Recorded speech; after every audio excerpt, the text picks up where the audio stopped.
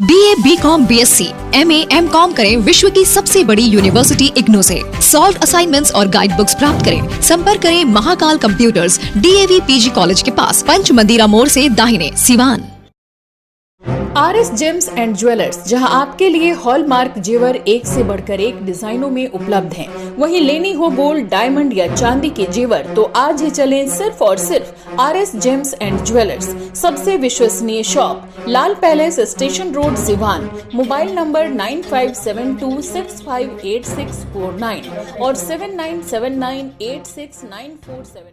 नमस्कार, ATN live में आपका स्वागत है और मैं कैलाश कश्यप एक नई खबर के साथ, एक नई डिबेट के साथ आपके सामने मौजूद हूं। और आज हम चर्चा करेंगे नगर परिषद के चुनाव को लेकर के। हालांकि सरकार ने चुनाव आयोग का है या फिर सुप्रीम कोर्ट का वो आदेश, हाई कोर्ट का वो आदेश का है जिसके लेकर के चुनावी प्रक्रिया को रोक दिया गया था, लेकिन फिर से सरकार ने अपनी तैयारी करते हुए, चुनाव आयोग ने पूरी तैयारी करते हुए नए डेट का अनाउंसमेंट कर दिया।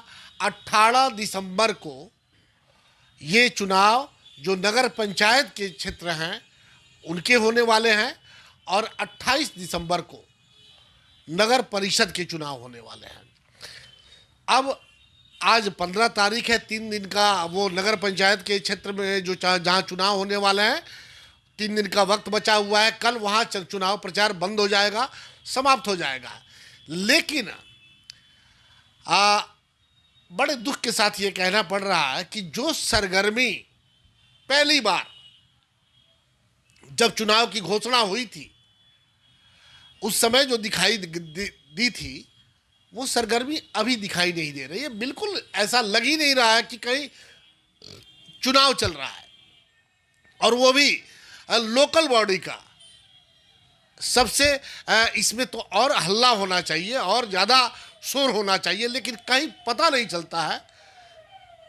तो आखिर ये नकारात्मक छवि क्यों हुई, किस कारण से हुई, क्या शंका है? क्या अभी भी शंका है कि ये चुनाव रुक सकता है, या जो चुनाव के जो रिजल्ट आएंगे उस पर भी कोई कानूनी अड़चन आ सकती है?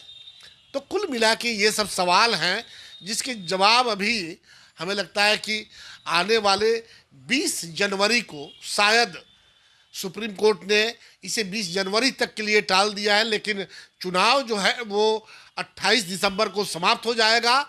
30 दिसंबर को चुनाव की काउंटिंग हो जाएगी और पता चल जाएगा कि सीवान का जितने जो जनप्रतिनिधि हैं वो कौन है। तो लेकिन जो नकारात्मक रुख दिखाई दे रहा है, हम उस पर बातचीत करेंगे कि आखिर ये जो एकदम बिल्कुल सन्नाटा है, ये क्या माना जाए कि आखिर इतनी सन्नाटा क्यों? नमस्कार, मैं देवकांत मिश्रा, पूर्व लोकसभा प्रत्याशी, सिवान। सन्नाटा, सरकार ने उम्मीदों पर ग्रहण लगा दिया। एक बार नॉमिनेशन हो गया, फिर से डेट निकाला, फिर से उसमें कोर्ट लोग चले गए आरक्षण को लेके। और सिवान में तो स्थिति बहुत ही जनरल, लोग सब लोग तैयारी कर रहे थे, फिर अचानक ही इसको आरक्षित कर दिया गया। आरक्षित भी महिला वर्ग को सीधे सभापति, उपसभापति को ही आरक्षित कर दिया गया। एक तरह से आप देख ही रहे हैं कि सिवान में पहले भी जो नगर पार्षद थी, मुख्य पार्षद थी, वो भी महिला थी। यहाँ की सांसद भी महिला हैं और जिला परिषद की भी अध्यक्षा महिला हैं। और कोई विकास परक काम नहीं दिख रहा है, कोई भी माने एक तरह से प्रभाव नहीं दिख रहा है शासन प्रशासन में, व्यवस्था में। तो आरक्षित करके एक तरह से सरकार ने कुंद करने का, सिवान के विकास को रोकने का काम किया है। लोगों का मनोबल ऐसे ही ध्वस्त हो गया। इसके अलावा बार बार डेट निकालना, नॉमिनेशन कराना, न्यायालय का समय पर निर्णय नहीं देना, हाई कोर्ट का निर्णय अभी आया, अभी सुप्रीम कोर्ट उससे तालमेल नहीं बिठाकर 20 जनवरी को किया, तब तक बीच में इलेक्शन हो जाएगा, अनिर्णय की स्थिति बनी हुई है। तो ये जहाँ तक मैं मानता हूँ कानून व्यवस्था के से लेकर न्यायालय भी में पारदर्शिता नहीं है। एक तरह से कहीं ना कहीं सरकार को सपोर्ट किया जा रहा है। अगर गलत ही करना है तो फिर खुलेआम एक ही बार में कर लिया जाए, लोगों को असमंजस की स्थिति में डालकर और एक तरह से लोगों का उत्साह भंग कर देना। अभी कड़े ठंड में जो इलेक्शन होगा, लोगों में उत्साह नहीं बचा है, लंबा समय खींच गया। जो मई में होना था, जो प्रत्याशी थे उसमें तो जो पहले प्रत्याशी जिन्होंने नामांकन किया था उसी नामांकन पे ये भी चुनाव चल रहा है। कहीं कोई चेंजिंग नहीं हुआ।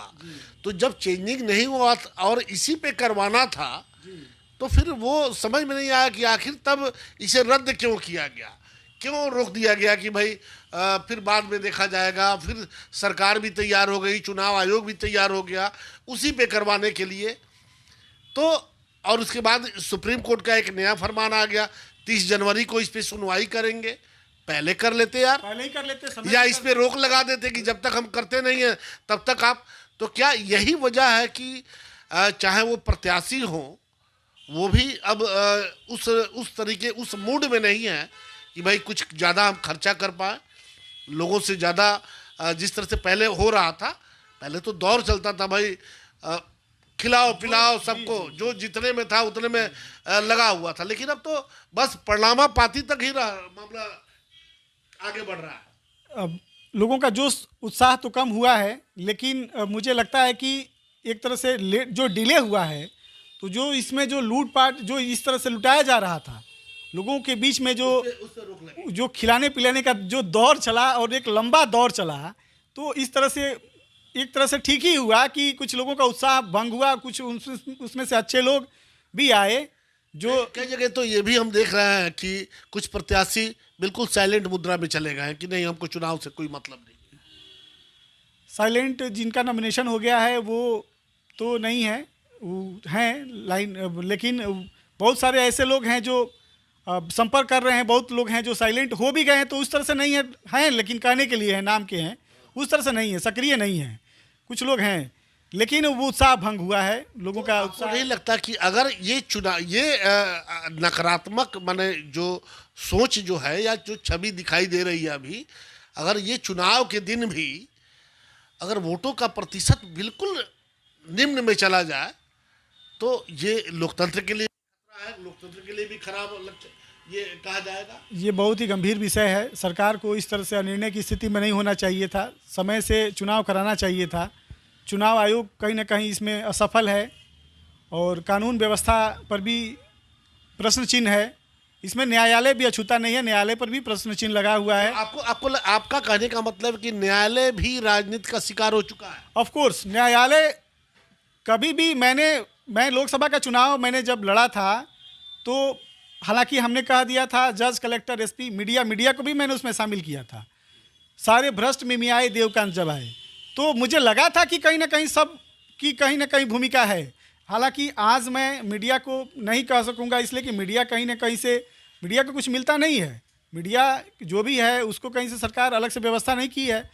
वो जो भी करते हैं अपने दम पर करते हैं, अपने खर्चे पर करते हैं। आज आपने भी बुलाया है तो ये तो सोचकर नहीं बुलाया है कि देवकांत से कुछ मिलने वाला है, समाज सेवी है कम्प्लीटली।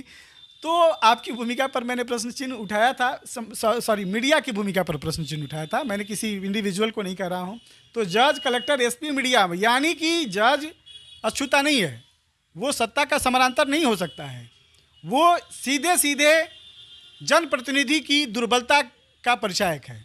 अगर काम ठीक हो तो न्यायालयों में मुकदमे लंबित नहीं होंगे,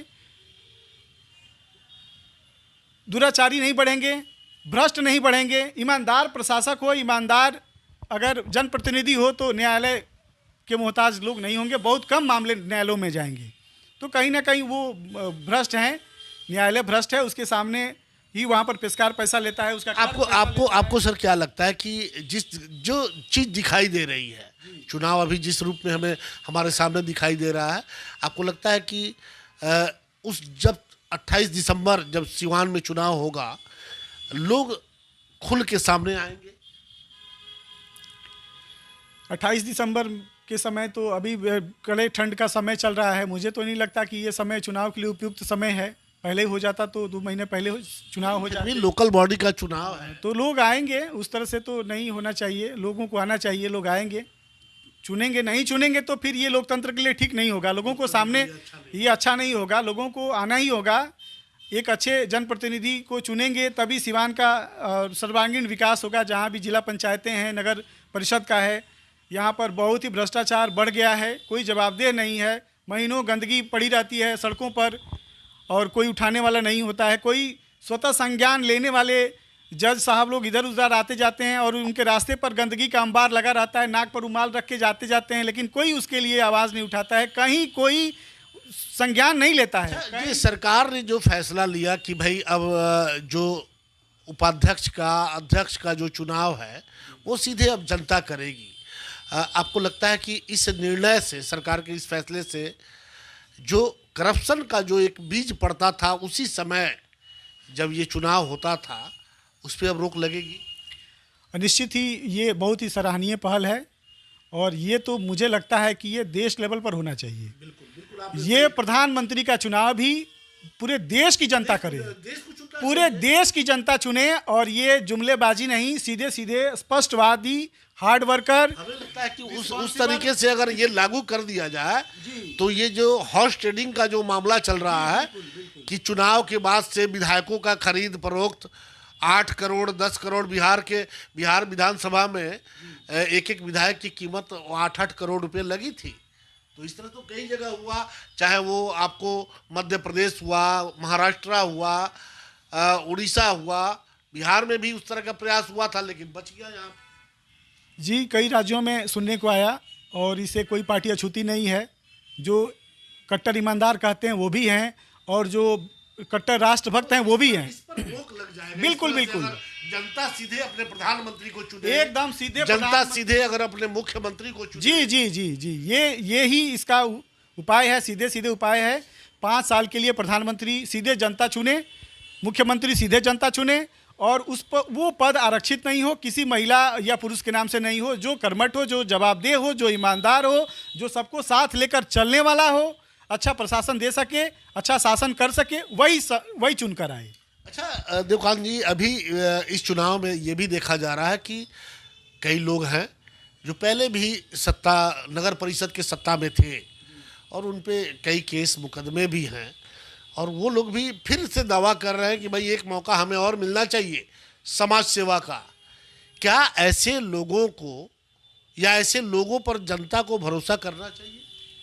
बिल्कुल नहीं, ऐसे लोगों को तो इनके बारे में तो सोचना भी नहीं चाहिए जिन पर भ्रष्टाचार का दाग लग चुका हो, जिन पर मुकदमा चल चुका हो और जो समानांतर सत्ता स्थापित करना चाहते हों, उनके नाम पर भी सोचना नहीं चाहिए, बिल्कुल भी नहीं। हमें तो संस्थाओं को मजबूत करने वाला व्यक्ति चाहिए, जो अस्पतालों को मजबूत करे, जो थाना पुलिस को मजबूत करे, जो भी संस्थाएं हैं, हमारी एग्रीकल्चर डिपार्टमेंट है या जो भी हमारा ब्लॉक है, जितनी संस्थाएं हैं, कृषि विभाग से, वन विभाग से लेकर पुलिस विभाग से लेकर रोज़गार, जो स्किल डेवलपमेंट की व्यवस्थाएं हैं, जो नवयुवकों को पता ही नहीं कि कहाँ उनके डेवलपमेंट के लिए स्किल डेवलपमेंट का कार्य चल रहा है, किस संस्था में। मैं तो एक संस्था में गया था जहाँ के डायरेक्टर सो रहे थे, वहाँ धूल जमी हुई थी, बाद में उसका प्रचार प्रसार हुआ। हमने कहा कि आप सोए हुए हैं, आप पैसा ले रहे हैं, आपके बारे में लोगों को पता ही नहीं है, नवयुवकों को पता ही नहीं है, तब जाके वो संस्था जागी। तो ऐसे बहुत सारी संस्थाएं हैं। आपको उद्योग विभाग है, काम नहीं कर रहा है, लोगों को वो उद्योग विभाग को खुद प्रचार प्रसार करना चाहिए था, लोगों को बताना चाहिए था, मदद करना चाहिए था। ये पार्टी के शिकार हो रहे हैं, राजनीति के शिकार हो रहे हैं। इन संस्थाओं को मजबूत करने वाला व्यक्ति चाहिए। तो 28 तारीख को अब अंतिम हम एक सवाल और हमारा कि 28 तारीख को जब जनता अपने बूथ पे जाएगी तो कोई अपील देवकांत जी अपने तरफ से बताएंगे कि जनता को किस तरह के लोगों को चुनना है उस दिन जा करके? सीधे वहाँ देखिए और बोलिए। मैं सिवान नगर पालिका की जनता से, नगर परिषद की जनता से अपील करना चाहूँगा कि आप कर्मठ, जवाबदेह, ईमानदार प्रत्याशी चुनकर अपने नगर पंचायत को दें, जिससे कि व्यवस्थित साफ सुथरा कार्य हो सके। आपका जो मोहल्ला है, आपका जो नगर पालिका है, नगर परिषद है, उसमें आप स्वस्थ रहें, सुरक्षित रहें, विकास हो सके। ये नहीं कि नाक पर रुमाल रख के और आप रास्ता पार करें और सुरक्षित हों। आप घर छोड़कर जाएं तो आपके घर का सामान नहीं मिले, आप आएँ तो माथा पीटें, थानों का, न्यायालय का चक्कर लगाएं। एक बार ज़रूर सोचें, बाहुबली नहीं, कार्य करने वाला जवाबदेह ईमानदार व्यक्ति चुने। वैसे व्यक्ति को चुनकर भेजें नगर परिषद में जो समानांतर सत्ता स्थापित नहीं कर सके, जिस पर कोई केस मुकदमा लंबित नहीं हो, ईमानदार हो, पारदर्शी हो, जवाबदेह हो। धन्यवाद। बिल्कुल सही बात कहा देवकांत जी ने कि अब जब 28 तारीख को आप अपने बूथ मतदान केंद्र पे जाएं अपने मत का प्रयोग करने के लिए नगर परिषद के एक अच्छे अधिकारी को चुनने के लिए, अच्छे जो अध्यक्ष को चुनने के लिए, तो इस बात का ज़रूर ख्याल रखें कि हमारा सिवान जो नगर परिषद है वो काफ़ी कलंकित हुआ है और उस काजल की कोठरी से हम ऐसे प्रत्याशी को चुने जो इस कलंक से हमें मुक्ति दिला सके, ना कि ऐसा नहीं हो कि जात पात के नाम पे आप फिर से उस हिस्ट्री सीटर को, जिस पे मुकदमा है, ऐसे लोगों को बिल्कुल एक सिरे से नकारें। चूँकि ये जो जालसाज लोग होते हैं ये अपनी लच्छादार बातों में आपको बरगलाने का काम करेंगे, आपको फंसाने का काम करेंगे, लेकिन नहीं, ये लोग सिवान की सत्ता को संभाल चुके हैं, नगर परिषद को संभाल चुके हैं और उसका नतीजा ये है कि आज हमारा शहर अंधेरों में डूबा हुआ है। तो अगर सिवान को उजाले की तरफ ले चलना है तो एक अच्छे प्रत्याशी का चुनाव करें। यही हमारे चैनल की और सभी लोगों की जो सिवान के बुद्धिजीवी हैं उनका आप सबसे अपील है। Doctor Gorakh Prasad BSD hospital private limited, doctors colony, Gaushala road, Vijayhata, Siwan एवं न्यू सेंटर, बगहुत नगर, बरियारपुर, पचरुखी, सिवान, जहां बीएसडी हॉस्पिटल के सुप्रसिद्ध चिकित्सक डॉक्टर गोरख प्रसाद की देखरेख में डॉक्टरों की एक बेहतरीन टीम कर रही है मरीजों का इलाज। वहीं बीएसडी हॉस्पिटल एवं पारा मेडिकल इंस्टीट्यूट लेकर आया है कम खर्च में डॉक्टर बनने का सुनहरा अवसर। रन बाय दल सिंगार बाबा मेमोरियल ट्रस्ट। हमारे यहाँ BAMS, AM, BNYS, DSW, DNA, ANM, doctor pharma, BEMS, MDEH course के लिए नामांकन शुरू है। तो आज ही चलें doctor Gorakh Prasad BSD hospital private limited, BSD hospital एवं पारा मेडिकल इंस्टीट्यूट, सिवान। संपर्क नंबर है 9931503081। वही दूसरा संपर्क नंबर है 9835870298। शादी विवाह या अन्य किसी भी शुभ अवसरों के लिए खुल गया सबसे अलग, सबसे खास तुलसी वाटिका मैरिज हॉल। कैटरिंग सर्विस लाल कोठी के पास, बबुनिया रोड, सिवान। एंगेजमेंट, शादी विवाह या अन्य किसी भी फंक्शन पर आपके इंतजार में सज धज कर तैयार। आज ही बुकिंग करें तुलसी वाटिका मैरिज हॉल। कैटरिंग सर्विस लाल कोठी के पास, बबुनिया रोड, सिवान। कॉल करें 9155449900। हमारा व्हाट्सएप नंबर है 8651222211। एम्स नई दिल्ली व सफदरजंग नई दिल्ली के सीनियर डॉक्टर अब आपके शहर सिवान में। डॉक्टर उमेश, नवजात एवं शिशु रोग विशेषज्ञ, चिकित्सा पदाधिकारी, सदर हॉस्पिटल सिवान। डॉक्टर उमेश जो आपके बच्चों का कर रहे कुशल व बेहतरीन इलाज। सुशीला देवी हॉस्पिटल, डॉक्टर उर्मिला अखौरी के सामने, hospital road, Siwan. Mobile number 9199720654 और 7250722154। अगर आप चर्म रोग, गुप्त रोग या यौन रोग से परेशान हैं और बार बार डॉक्टर बदलने के बाद भी इस बीमारी से छुटकारा नहीं हो पा रहा है, तो समुचित व अस्थायी इलाज के लिए डॉक्टर सृष्टि सिन्हा से मिलिए, जो सिवान जिले की एकमात्र प्रसिद्ध महिला चर्म रोग, गुप्त रोग एवं यौन रोग चिकित्सक है। यहाँ आंखों के नीचे कालापन एवं सूजन, कुष्ठ रोग, बाल गिरना, सफेद दाग, पिंपल्स, दाग धब्बे, लेजर सेवा, अनचाहे बाल एवं तिल निकालने, गालों के गड्ढे भरना, छाल रोग एवं अन्य चर्म रोग, गुप्त रोग व यौन रोग का इलाज किया जाता है। हमारा पता है डॉक्टर AK सिन्हा के समीप, फतेहपुर दुर्गा मंदिर, hospital road, Siwan. Mobile number है 8406890365। आहाना हॉस्पिटल, डॉक्टर दिनेश कुमार सिंह, नवजात एवं शिशु रोग विशेषज्ञ। 24 घंटे इमरजेंसी सेवा उपलब्ध। OPD, NICU, general ward and single room. सभी प्रकार के टीकाकरण, CPAP, central oxygen supply system, radiant warmer, LED, phototherapy, monitor, infusion pump की सुविधा उपलब्ध। Aahana hospital, doctor Dinesh Kumar Singh, surgeon lane, Sai अस्पताल के सटे, पकड़ी मोड़, Siwan. BNP max memorial multi speciality hospital, जहां पे डॉक्टर इमरान खुर्शीद जो कि MBBS, MS ऑर्थो हैं, डॉक्टर साहब हड्डी रोग विशेषज्ञ हैं। जी हाँ, हमारे यहाँ दूरबीन विधि द्वारा हड्डी के समस्त ऑपरेशन जैसे जोड़ प्रत्यारोपण, दूरबीन विधि द्वारा घुटने के तार बदलना, दूरबीन द्वारा कंधे का operation, Bankart repair, rotator cuff repair, छोटे चीरे द्वारा स्पाइन की सर्जरी और कंप्यूटर द्वारा बिना चीरा के हड्डी का ऑपरेशन किया जाता है। अगर आप परेशान है किसी भी फ्रैक्चर या हड्डी रोग से तो आज ही मिले डॉक्टर इमरान खुर्शीद से, जो कि MBBS और MS ऑर्थो है, पूर्व चिकित्सक, फोर्टिस एस्कॉट हॉस्पिटल, नई दिल्ली। हमारा पता है doctor Imran Khurshid, BNP max memorial multi speciality hospital, Vishwanath market, अस्पताल रोड, सिवान। अधिक जानकारी के लिए संपर्क करें। हमारा संपर्क नंबर है 9821 923982 या फिर 7903।